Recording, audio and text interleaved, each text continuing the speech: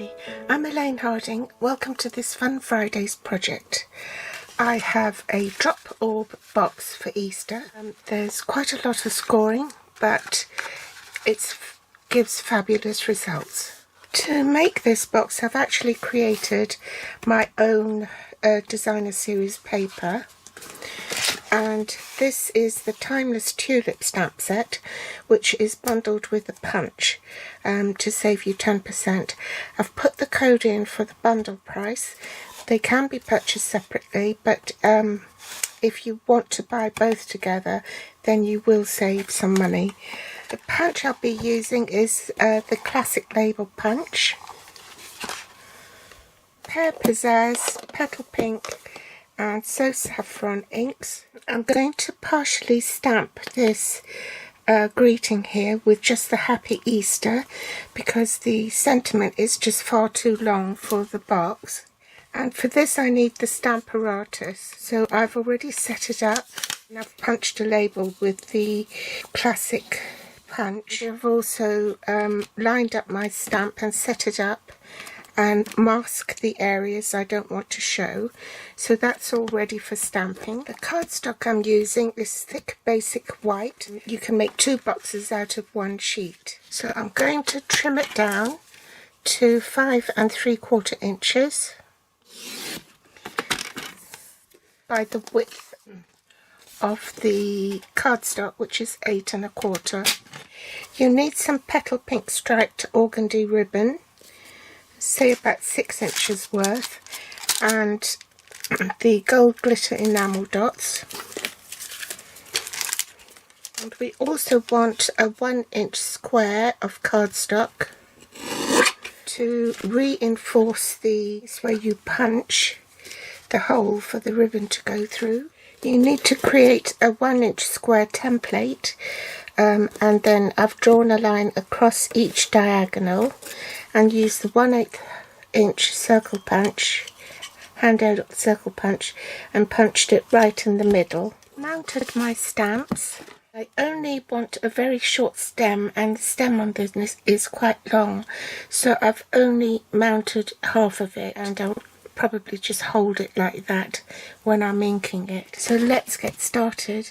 Now you want to start with the larger image first. I'm going to stamp the large tulip head randomly. Now I'm going to stamp the stem. So in fact, because the photopolymer stamps are quite malleable, I can pop this round to the back of the stamp and it will stay there. So now I'm going to ink up this bit, and oh, I can't see, so I'll unravel it.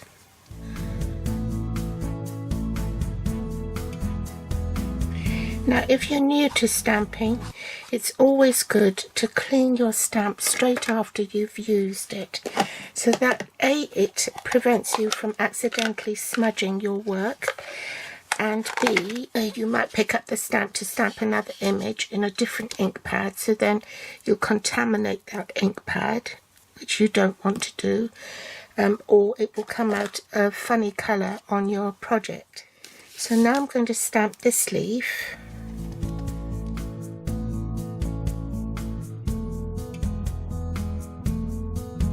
I'm going to use the smaller tulip head and stamp in between. I'm going to follow up with the stems. It's a bit of a masking technique because I don't want the stem to go on top of this tulip bud. And the way you do it is you stamp on a post-it note with the sticky bit underneath, which is what I've done. I've done one with a leaf and one with a flower. Put it somewhere safe so that you can use it when you need it, and then carry on stamping. And I'll need it for this one.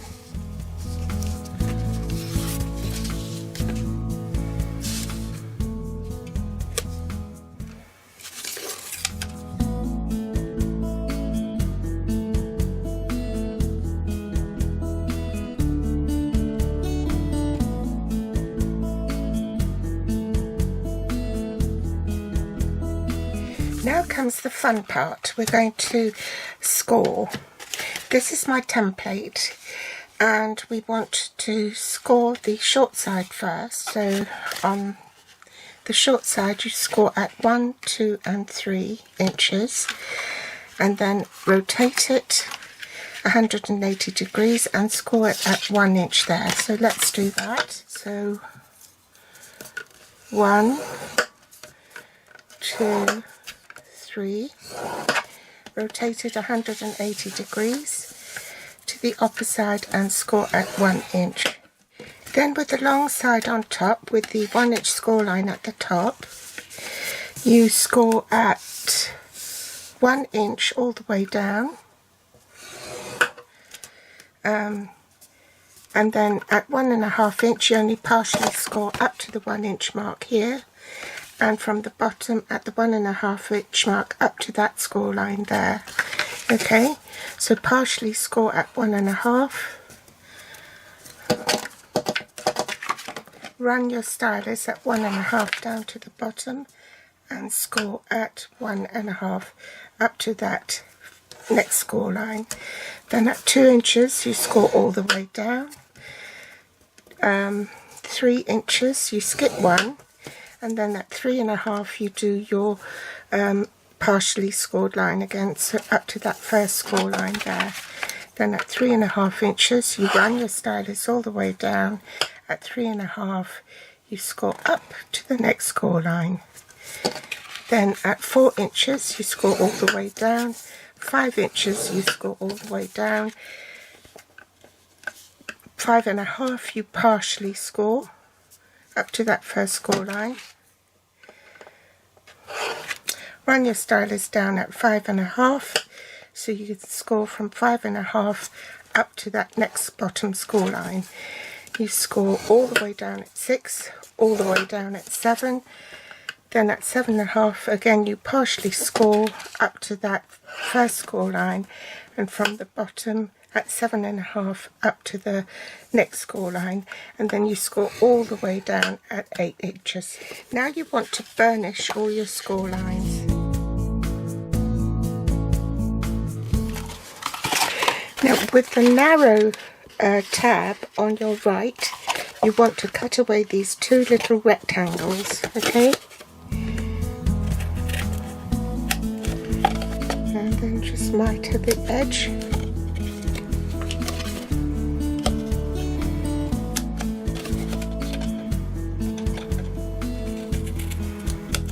And then at the top and bottom, so the long triangle, the wider panel here is the top of the box.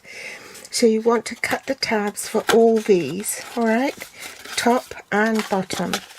So you cut at every 1 inch, but cut them straight, don't miter the ends. Turn it 180 degrees. Now your tab, your narrow tab is on the left, and you carry on cutting 1 inch up to that score line here. Bring back the scoreboard, and with the tab on the right, you bend that back, and you see that it's every other square you've got that 1/2 inch marking, so you use the 1/2 inch marking there to draw a diagonal line from there, not draw, to score a diagonal line. Bring back my template. Diagonal line from this 1/2 inch mark down to the bottom of that rectangle, and you repeat for every other rectangle, okay, and the one next to the tab. So the easiest way to do that is to line up your score line along that 6 inch groove which I highlighted with a white chalk marker, and you go from the bottom of the triangle, can you see that, and then you pivot, bend this back and pivot it so that your score line here at the 1.5 inch mark is visible, and then you just score up to that mark. Okay, move it along so that your score line is in line with that panel. Put your stylus there, pivot so that that 1/2 inch score line is visible along the 6 inch mark, and you score, and you go like that all the way along. Okay,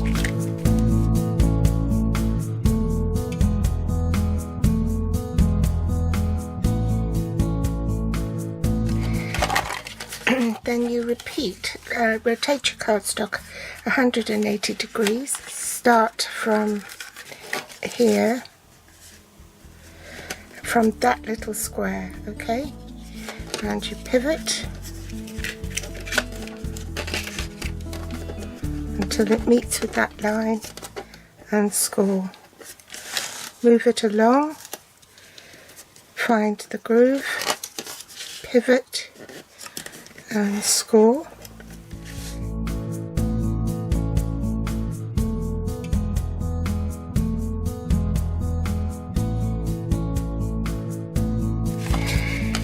Now you want to bend the bits that wasn't scored, so it's these bits here.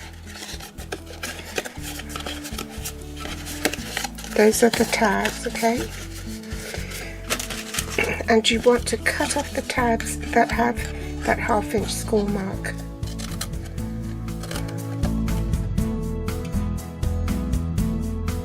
So you're cutting the same bits at the opposite end, okay? Now you orient your cardstock so that the little flap is on your right, and then take your template, the one that I had, which I've mislaid. To create the template, you simply cut a 1 inch square, draw a line diagonally across, corner to corner, to find your center point, and then you place that on top of your tab and draw a circle on each one. This is for the tabs at the top. You don't have any on the bottom where the smaller squares are, okay? Before you adhere your tabs together, now you want to manipulate your cardstock. You want to bend it, use your fingernail, like so. If it's on the flat, it's easier to do rather than up in the air. So use your fingernail and push against it. I've put double-sided tape on the tab on the right side, so take it off and fold that over. Okay, before we do that, we've got to punch the hole for the ribbon so we don't get the bottom mixed up with the top. The top is where the ribbon goes through. Mark the black, which should be the same as the one I've done on the top. So you want the side ones first. Apply adhesive and you want them to meet each other on top and hold it together, so it's the opposite sides you want glued.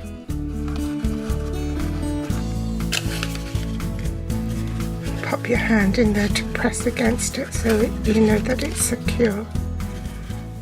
Allow it to bond. Now that's bonded, so you pinch the sides here where you've had your creases, okay? Just to shape the box. And let's see which is the front. That's the back, so this is the front. So this one goes last. So put the one with the cross on the back first. Make sure they're square with each other. Might have to hold it there for a while for it to bond. You might be able to put your little finger through that gap so that you can press against it and make sure that it's bonded. And basically you want this square, so pop adhesive on there and bring it together so that it's right on top of the other one. Hold it there for a while to bond, and insert a bone folder inside to reinforce that glue on the bottom, make sure it's secure. Then put your goodies in there. Whoops. And you want to orient your box, so this is the front, so you want that to go in last, and that's that mark off. And pop my ribbon through, so I cut off, say, about 6 inches of ribbon, might be more than that. Do it from the side, the seams at the back. Poke the ribbon through with the small end of the stylus so that the ribbon doesn't fray.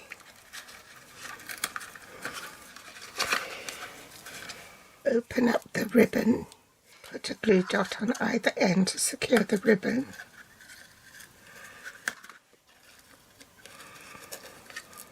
Trim off any excess. Take the piece I had before, that 1 inch square that we cut out, and I'm just going to trim the edges a little bit so that it won't overhang this square here. I'm going to use double-sided tape because glue does not stick to ribbon properly.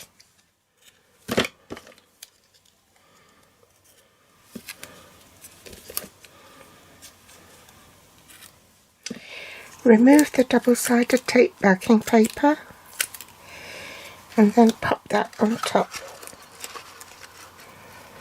to make a nice neat finish. It also strengthens it. Bring in my stylus again and pop the ribbon through this hole here.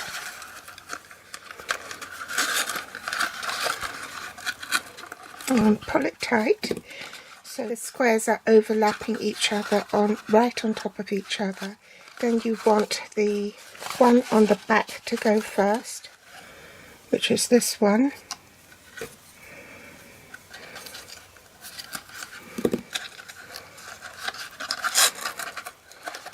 Make sure that's on top of the other square. See how it's come together? Okay, and then your last ribbon is here, through that loop, and that's what keeps the egg closed. Bring in the classic label punch and just punch a blank label, pop that in to the blank template, ink up the sentiment in Pear Pizzazz and stamp.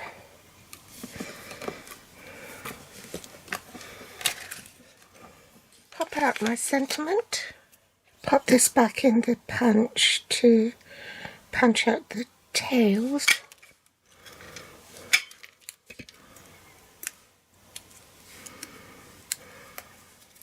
Curl it a little bit, then bring in my gold glitter enamel dots and pop some mini dimensionals on. So there you have it, a Easter drop orb box. I hope you've liked today's project, and if you like it, do give me a thumbs up, subscribe or share on Facebook, and my grateful thanks if you do. If you're watching from YouTube, you'll find the list of supplies I use below this video in the Show More section with direct links to my online store. It'll also be on my website, www.stampwithelaine.com. You can find me on Facebook, Pinterest or Instagram. Thanks for watching, and I'll be back soon. Bye!